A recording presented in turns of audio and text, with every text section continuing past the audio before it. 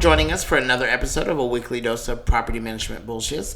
My name is Derek Higgins, and I'm your host this and every Saturday as we talk about all the bullshit and property management that nobody else wants to talk about. As you know, each week we have a different co-host and a different topic. This week we're going to discuss the struggles of being a property manager and how to overcome those. And our special co-host this week, which I'm super excited about, is Miss Chanel. Chanel, thank you so much for taking the time out of your day to visit with us today. Thank you so much, Derek. I'm so excited to be here. I cannot wait for this episode. I'm super excited to have you here. I've actually been waiting weeks to have this episode recorded. I've got to be honest with you, though. Your managers are... Your production managers are on my last nerve when it comes to all your demands in your dressing room. Who would have ever known you'd have had to have chicharrones and goddamn Skittles in your dressing room? But here we are. We are. Chanel, tell our followers a little bit about who Chanel is. Well, goodness, Derek, again, I cannot wait to be here. Thank you so much for having me. I'm super excited. Let me tell you a little bit about as long as I've been in this industry. I have been doing property management for at least 25 years. Oh, my God, she was a waitress at the Last Supper. It feels like it. That's as long as I've been in this business. But it has been an amazing journey, I'm telling you. I started out in leasing, worked my way up through the ranks, as we all often do. We do. Been in property management a long time, went to leasing to assistant manager, property manager, and I've even been a regional. Wow. So tell me how you got into this industry. It's kind of a bit of a funny story. I actually started in leasing by a fluke, honestly. I lost my job, unfortunately. She was fired with cause. A nice way of saying that I ended up getting a new career, right? Did you get unemployment? I did. Well, that's all that matters. So I actually went down to the office where I lived, and the leasing consultant wasn't there that day. Shocking. And I remember talking to the manager, and she said, no, you're not ready. You don't have any experience. You've never done this before. I looked at her, and I said, you know what? You're absolutely right. I've never done this before, but give me a minute. She's ready. And I got that job, and I've been here ever since. Yeah. Well, congratulations. Thanks for sticking out. I'm sure your therapy bill monthly is just through the roof. Through the roof. So being in the industry as long as you were, you've been in the industry since pretty much the Titanic sank. So tell me what it is that you really love and hate about the industry. Gosh, that is absolutely a double-edged sword for that question. There is so many things that I do appreciate and love about this. One of the things that I admire the most is what I've learned and the challenges that I face every day. Yeah. It changes. We definitely have to learn how to adapt. Yeah, of course. And that's one of the things that I do love, the ever-changing facets of what we do, and actually the challenges. It absolutely forces me to come out of my comfort zone. Yeah, and if you're looking for something routine or regular, this is absolutely not the industry for you at all. At all. You definitely have to be willing and understand the process of change and be okay with that. So what would you say you hate the most about this industry? Because I'm sure you've got one thing at least that annoys you to no end about this industry. I'm going to be real honest with you on this one. Hey, we're going to keep it 100 here. One of the things that I don't like, that I have found, is the lack of accountability that's often found in our own leadership. What? Yes. That can't be real. It is. It's unfortunate, and it is. But I tell you, it bothers me the most because we're expected, we're required to be accountable for what we do. They expect us to absolutely be accountable for that asset. Every decision that we make, they expect us to be able to make it professionally and make it accurately. Yeah. And it's a little annoying when you find out that there's lack of accountability in who we look up to. Yeah. And as part of the corporate staff, we should really be leading by example. Yes. Because I know coming from the corporate staff down to where you're at on site, the demand is high. You've got a million things to do every day. Yes. And they change every day. It changes. And again, that's where that adaptability really, really comes in play. Yeah. So what would you say is one of your biggest pet peeves in this industry? Honestly, being on site, one of my big peeves, if not all of our big peeves, are the residents. They ask the most obvious questions every single month, the same question. It's the same resident too, right? Yes, every month. How much is my rent? What do you mean, how much is your rent? Your rent's the same every month. Unless you're talking about somebody that just moved in, but surely. No, these are people that have lived there for quite some time. Yeah, as if their rent changes every month. Or the inevitable, am I late? And it's the 7th of the month. Well, yes, you're late. Rent is due on the 1st of every month. On the 3rd, you're late. And on the 4th, There's an X amount of dollars in late fees, and you move on. Absolutely. They know the drill. They just want to try it. Yeah. Yeah. Or what about if they, I want to waive my late fees this month. My AC was out for about 2 hours on the 22nd. Right. Can I get an entire month for free? We deal with that every day. And, again, we just got to be strong and push through it. But those are some of my huge pet peeves. Yeah. Yeah. So we're going to take a real quick break and go kind of honestly refill my wine glass because I'm running a little bit lower than you are. But I'm a recovering alcoholic, so it's okay. It's okay. Who cares? All right, so when we get back from our break, a few weeks ago, we sent out some discussion panels on some of the Facebook groups that are designed a little bit for property management and maintenance support, and we asked for some of the top questions. While we received 75 to 80 questions, wow, we're only going to address about 10 of them. Okay. 10 of which I think, are the top 10 questions that we received. Some of them are in a local area. Some of them you may find that come from your staff alone. Okay, wow. Yeah. So when we get back, we'll address those, answer them however you want to. If you don't want to answer them, who gives a fuck? We're just going to do whatever we want to do. This is our show at the end of the day. That's right. And we do what we want. Do what we want. Looking forward to it. Hey, what? All right. We're going to take a real quick break, and we'll be back in just a second and go over those viewer questions. Thank you so much, Chanel. Welcome. It's a pleasure.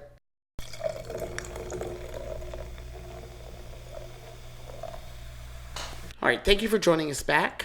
We took a real quick few seconds to refill our wine glasses because I do love to drink. You do love a drink. And I love to shade hose. All right, so as we discussed before we went to break, we took a few minutes a couple weeks back to really kind of put out some discussion panels and discussion forums on the property management, support and maintenance support type groups on Facebook, and got a few of those questions back. Like I said, answer them however you want to. We're going to kind of go through them, answer them however you want to. If you don't want to answer them, fuck it, who cares? It's our show. We do what we want. All right, so our first question is coming from Odessa, Texas. By a young lady by the name of Melissa. Melissa says, when using outreach marketing to a large company, do you call and find a contact or just take goodies? Looking for ideas to stand out. That's a great question, Melissa. Calling is perfectly okay, but I have found in my experience that it works much better if you actually go to the company, establish a real contact so that you can actually have a rapport and build a relationship with them. Surprise! It actually works. We're here. It does. All right, so our next question is coming out of Charlotte, North Carolina, by the young lady by the name of Rena. She says, what has been your experience or policy for occupancy standards, allowing 5 occupants in a 2-bedroom? Does square footage really equate into the problem here? You know what? It actually really does. I know that sometimes it may be a little tempting to lease an apartment, to a family. They've got maybe a little one or something. But we really, really have to stick to the guidelines, and we have to stick to fair housing.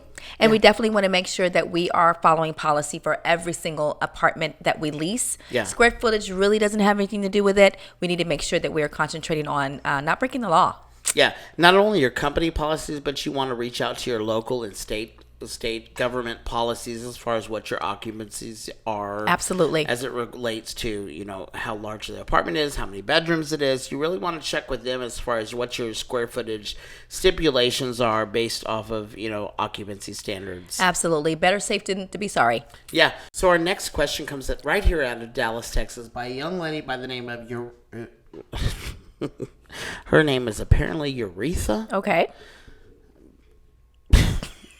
I don't even know what to say to that. So Uretha says, a few of my apartments face a child care facility. I am always up front with the residents before they select an apartment and explain that they will hear happy children noises during recess. Okay. Lately, it's just been noise, and no one is really happy. Any ideas here? That's a tough one. Child Protective Services is the first thing I can think of. You may want to call them, but I don't think we should go quite that far just yet. I definitely would suggest that she continue to be upfront and be as transparent as she definitely can. You obviously want to stay away from steering. We don't want to do that in regards to suggesting they be somewhere else if they come up with a negative comment about it. I definitely would remember, again, fair housing. We just want to put a positive spin on it in some way and just let them know that this is the apartments that are available, but kind of do as you can to kind of stay away from anything that could be concerning as far as the conversation. Yeah, maybe use it as an additional amenity that the community offers, local childcare in the area. And absolutely. You got to take the good with the bad. Good with the bad and put a good spin on it. Yeah. So our next question comes out of Little Rock, Arkansas. Philip says, I find myself more and more frustrated with my maintenance team each day. I have a hard time tracking their work and what exactly they are doing all day. Any suggestions? I've never heard of a question like this before. Can you believe it? That is actually out there, that people have these issues with their maintenance staff. I can totally relate. I think one of the good things that we can discuss in this particular question is, again, it's about that accountability. One of the things that you can definitely do is make sure that your maintenance staff is definitely clocking in and clocking out when it comes to lunch breaks, any other type of breaks that they're taking. I would assign them the apartment that they're supposed to be at and make sure that they're checking in with you quite frequently. Yeah, give them 2 to 3 work orders a session. Let them figure out work those work orders, bring them back to you. Y'all meet and discuss the issues that you had in that apartment. Yes. As far as that work order is concerned, and then give them another 2 or 3. Yes. And if it takes being that, it may seem a little micromanaging, but if you're having an issue right now with accountability and figuring out where the guys are and what they're doing, you may have to go that route for a while. But I think that would probably cure the situation. Yeah, I agree. So our next question is coming out of Bismarck, North Dakota. Okay. I'm not really sure where that is. I assume it's up north because it says north. North Dakota. So Jessica says, my manager quit, and I'm in a position where have been given the assistant manager position hesitantly and only after I threatened to quit with a small raise, but promised. So at the end of the day, it looks like she has... so it seems like her property manager has walked out and quit. Mm-hmm. She's currently moving up to the assistant manager position.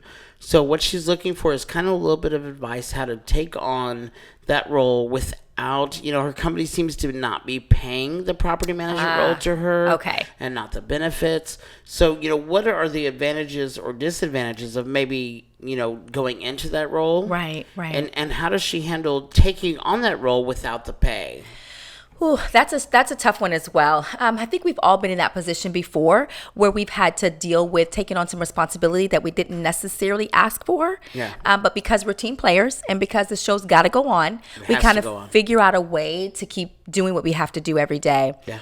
I would definitely suggest that she document everything. Document all of the work that you are now doing that you were not doing before so that it can be documented and counted for what you're doing. Absolutely. And that will help you when it comes to the raise that you're expecting and that you're requiring for what you're doing. Again, give them something to be able to compare what you were doing before to what you're doing now. So to me, it's all about documentation. Absolutely. So our next question is coming out of Miami, Florida. Valerie says, I work for an owner-managed luxury high-rise community 2 blocks from the Inner Harbor. We have had great leasing success since we opened our doors in 2017.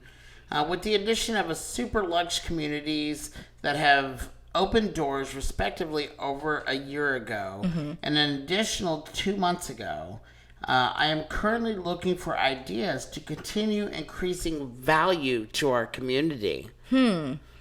Okay, that's another tough question. Again, you're working with some competitive pricing, it sounds like, some other competitors around you that are somewhat similar to what you already have. So you got to kind of give the public a reason to come to your particular community because you've already got that competition going. I would definitely say think outside the box when it comes to that.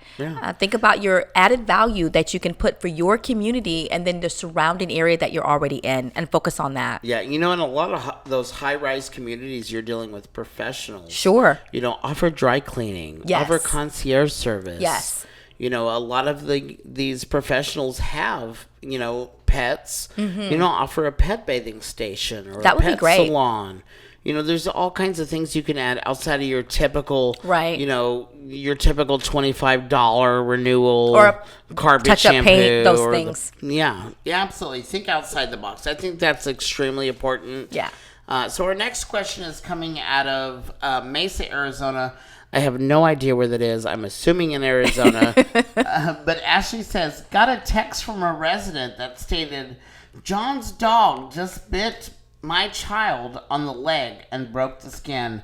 What is the proper way to respond or handle this? Oh, my goodness. Animal control. The shotgun method. Well, I don't think we want to go that far. Says who? I definitely think that what we want to do in this case in particular, again, documentation. Absolutely. Incident report. Each company typically has a policy or procedure as far as it comes to, injuries based on the resident, and you want to make sure that you check with them and get to the incident report all put together. There is absolutely no information that is invalid information. Correct. Each little piece that you can add to it is absolutely important. It definitely matters. So you're correct on that, Derek. I agree. Definitely want to get an incident report, and I would even contact the authorities or just suggest to the resident now to contact the authorities. Yeah. We don't want to get in the middle of those kind of disputes and those kind of situations with the resident. Because clearly there's all civil matters. Absolutely. You really can't get involved with it. Right. Yeah. So definitely I would direct them to the authorities and make sure we document. Yeah. So our next question is coming out of Natasha out of Sacramento, California. Natasha says, I'm currently managing a new construction property and we've hit delays at the end of the year, so we had to push 25 plus move-ins to December. All those leases will now expire in December as of this year. So December is a slow leasing time. What are some recommendations on how we can push these lease expirations from expiring in December? Well, goodness, that's a little tough one, only because they've already signed their lease. Yeah, it is what it is. So we can't actually go in and change anything at this point. Yeah, unless you've done a 14 or 15, 16, 18-month lease. Exactly. You do your typical 12-month lease, they're going to expire in December. They're going to expire in December. So going forward, I would definitely think about the blackout options that you have. Yeah. A lot of the softwares today have that capability. Yeah, and you may not realize that you have that ability to do blackout dates. Yes. But someone above you does have a way to stagger those expirations. Absolutely. Based on, when you don't want them expiring. Because obviously you don't want them expiring during your winter months. Right. It's already the slow time of year, holidays, people aren't thinking about moving. So again, in the future, definitely take advantage of whatever that software may be that you've got that can help you with those expiration dates. Yeah. So our next question is coming out of Austin, Texas by a young lady by the name of Barb. What can I do to help secure more renewals when the management company is insisting on an 8 to 9% increase at the end of the lease term? Mind you, our rents start out at about $1,400 for 600 square feet. Wow, that is pretty expensive. So you can tell right there in Austin, they're probably in one of the more well-to-do areas. They're probably in the medical district or the uptown, lowtown area. Yeah. Absolutely. So definitely a demographic that's paying a little bit higher rent. So you have to think outside the box. You got to kind of give them more than the typical your renewal $25 incentives. Carpet shampoo is not going to work. Absolutely. Not with that type of market and not with demanding those type of rents. Yeah. So you definitely have to think out of the box on that one. I would do gift cards, dinner certificates, anything that's going to be different. Yeah, one of the things that I've heard from a previous property management company that I had a friend of mine work for was a program called the 401 Stay program. Okay. It's very similar to the 401k. Mm-hmm. You do an investment, you cash out on it after a few years. So basically the 401 Stay program is you add an additional $100 or whatever your dollar amount is to their deposit every year that they renew, and then at the end when they finally decide to move out, they may have a $400 or $500 additional deposit, but depending on how long that they've stayed. That's awesome. That's a great idea. Again, that's totally different. Haven't heard of that. That's that thinking out of the box that we're talking about. Yeah, absolutely. So our last question is coming out of Beaumont, Texas, by a young lady by the name of Jackie. She says, we get terrible reviews recently. A resident stated that the apartment was not at all as described and that they have had nothing but problems. Not only did they do a walkthrough 2 times before moving in, they never turned in their inventory condition form at all. We've gone above and beyond for them. During their initial tour, we walked about 10 minutes. They walked in about 10 minutes before closing, and the assistant manager and myself stayed an additional hour and a half just to make sure that we met their needs. With that being said, how can we reply to the review and tell them that they are complete liars? without calling them liars. It's a shame that there are people out there like this. You know, it is. And I think that we've all have a similar situation like this, where you've gotten this awful review. You know that facts are not exactly like they said, but at the same time, what do we say? Perspective is reality. Yeah, it's 100% reality. Your perspective may not be as the same as your residents or your prospects. But at the end of the day, it doesn't matter what your perspective is. It matters what the resident or prospective residents. Absolutely. So with that said, I definitely think you definitely want to respond to the review in a most positive way that you can. Yeah. Apologize for the inconvenience that it caused, and definitely take up accountability for it. Again, you may see it differently, and sometimes I know there's two sides to every story. However, the most important thing to remember is that whatever that customer feels or whatever experience they had, whether it be positive or negative, it's still valid, and we want to acknowledge that. Absolutely. You know, that would be so hard for me because I am all about transparency. Yes. And calling a spade a spade. if you're on there leaving a review because you recently got evicted from your apartment, right? Call a spade a spade. We have any review can be turned into a good review if it can be the right way. Yeah. So if you've got the resident that's left a review based off of the recent eviction or they're having to be forced out, at the end of the day, our company has policies. That's right. And the people that are looking at the reviews are going to appreciate those policies, right? And know that this company doesn't put up with the normal riffraff you have in your in your typical property. That's right. Yeah. So it all is about perspective. Like you said, if it's just some upset resident mad because they didn't take care of their business, and so now they want to take it out on us, that's a little different. However, again, if it's a resident that really has a concern, we definitely want to be accountable for it and address it. Absolutely. Yeah. So that wraps up all of our viewer questions this week. Great. There were awesome questions. Thank you, viewers. All right.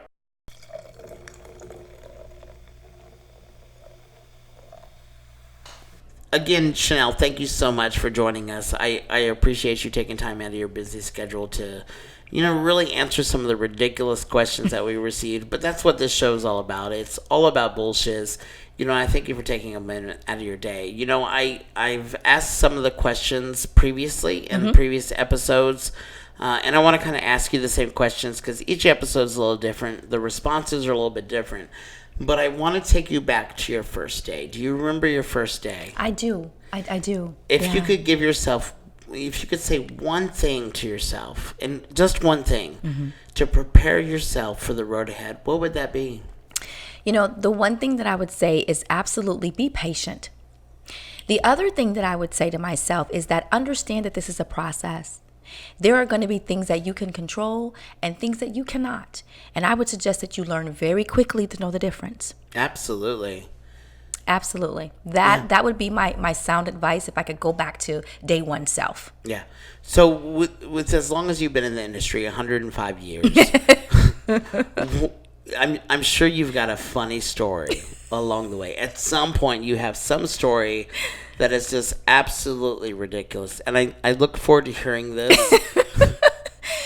There are so many, but honestly, the one that comes to mind is actually about me.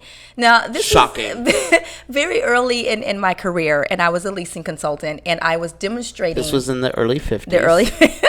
I was demonstrating the abundant space of the kitchen cabinet. Yeah. Actually, I was trying out a new hairstyle, though, and I had this long ponytail on. And as I'm demonstrating the kitchen, unbeknownst to me, somehow my ponytail gets caught in the cabinet. You're kidding. And comes clean off. Oh, she was bald during that showing.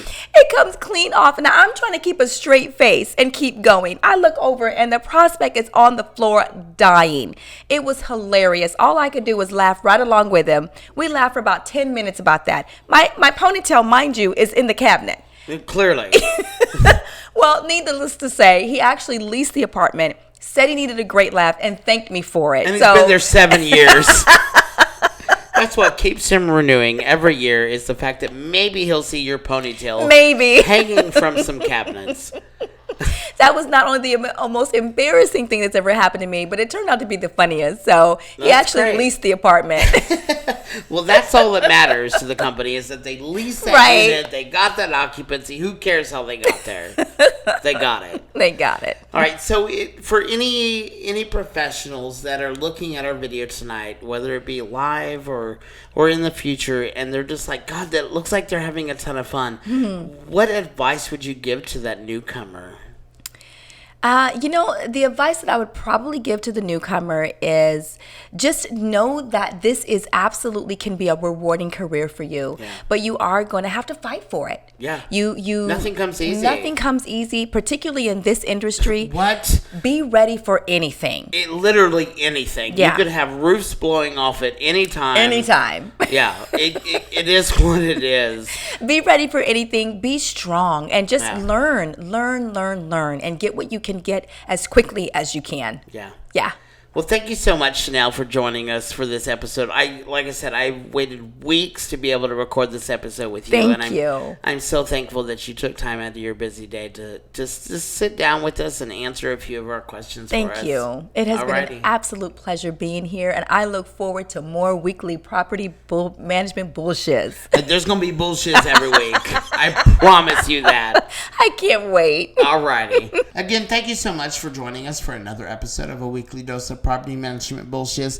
As always, my name is Derek Higgins, and make sure you join us each and every Saturday as we talk about all the bullshit property management has to offer that nobody wants to talk about. Again, thank you so much, Chanel, for taking a minute out of your day to just sit back and discuss the bullshit with us. Absolutely. My pleasure. And as always, listen, learn, laugh, and we'll see you soon. Good night.